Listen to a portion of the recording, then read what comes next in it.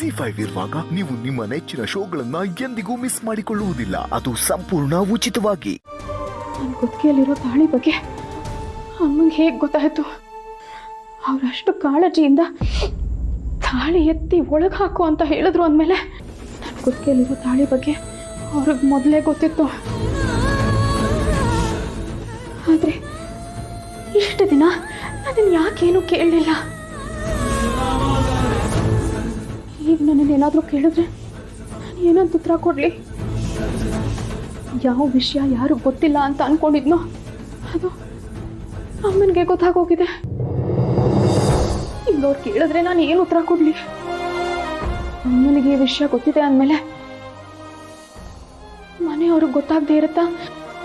ಇಲ್ಲ, ಮನೆಯವ್ರಿಗೆ ಗೊತ್ತಿದ್ದಿದ್ರೆ ಮನೆ ಈ ರೀತಿ ಶಾಂತವಾಗಿರ್ತಿರ್ಲಿಲ್ಲ. ಅಮ್ಮ ಯಾರಿಗೂ ಏನೂ ಹೇಳಿಲ್ಲ. ಆದರೆ ಅವ್ರು ನನ್ನನ್ನೇ ಏನಾದರೂ ಕೇಳಿದ್ರೆ ನಾನು ಏನಂತ ಉತ್ತರ ಕೊಡಲಿ?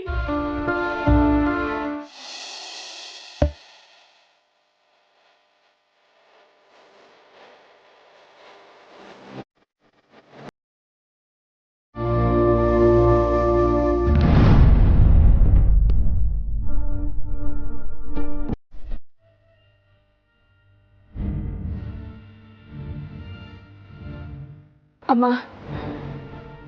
ನೀನೇನು ಮಾತಾಡದೆ ಹೀಗೆ ಮೌನವಾಗಿದ್ರೆ ನನಗೆ ಭಯ ಆಗುತ್ತಮ್ಮ.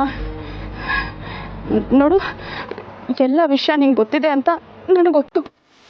ಆದರೆ ಅದ್ರ ಬಗ್ಗೆ ಏನು ಕೇಳಿದೆ ನೀನು ಹೀಗೆ ಸುಮ್ಮನೆ ಇದ್ರೆ ನಾನು ಏನಂತ ತಿಳ್ಕೊಳ್ಳಮ್ಮ? ಇದೆಲ್ಲ ಯಾಕಾಯಿತು, ಹೇಗಾಯಿತು ಅಂತನಾದರೂ ಕೇಳಮ್ಮ. ಅಮ್ಮ, ಏನಾದರೂ ಕೇಳಮ್ಮ. ಏನಂತ ಪ್ರಶ್ನೆ ಮಾಡ್ಲಿ ಭಾವನಾ? ನಿನ್ನ ಪ್ರಶ್ನೆ ಮಾಡೋ ಅಷ್ಟು ದೊಡ್ಡವ್ರಲ್ವಲ್ಲ ನಾವು.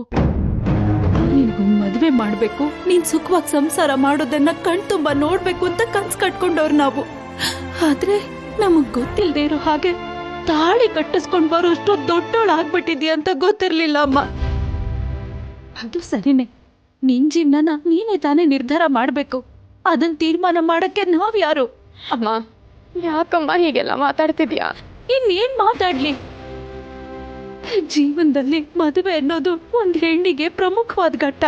ಆ ಘಟ್ಟನೇ ನೀನ್ ದಾಟ್ಬೇಕಾದ್ರೆ ನಾನ್ ಏನ್ ಹೇಳಿ ಭಾವನಾ? ಇಲ್ಲಿವರೆಗೂ ನೀನ್ ತಗೊಂಡಿರೋ ಯಾವ ನಿರ್ಧಾರನೂ ನಾನ್ ಬೇಡ ಅನ್ಲಿಲ್ಲ. ಯಾಕೆ ಹೇಳು? ನೀನ್ ಯೋಚಿಸಿ ಸರಿಯಾದ ನಿರ್ಧಾರನೇ ತಗೋತೀಯ ಅಂತ ಆ ನಂಬಿಕೆ ನನಗಿತ್ತು. ಆದ್ರೆ ನಿನ್ ಕುತ್ತಿಗೆಯಲ್ಲಿ ತಾಳಿ ನೋಡಿದ್ಮೇಲೆ ಆ ನಂಬಿಕೆ ತಪ್ಪು ಅನ್ನಿಸ್ತು. ಒಂದೇ ಒಂದು ಮಾತು ಹೀಗಾಗಿದೆ ಅಂತ ನೀನ್ ಯಾಕೆ ನನ್ನ ಹತ್ರ ಹೇಳಲಿಲ್ಲ? ಯಾಕೆ ಭಾವನಾ ಹೀಗ್ ಮಾಡ್ದೆ?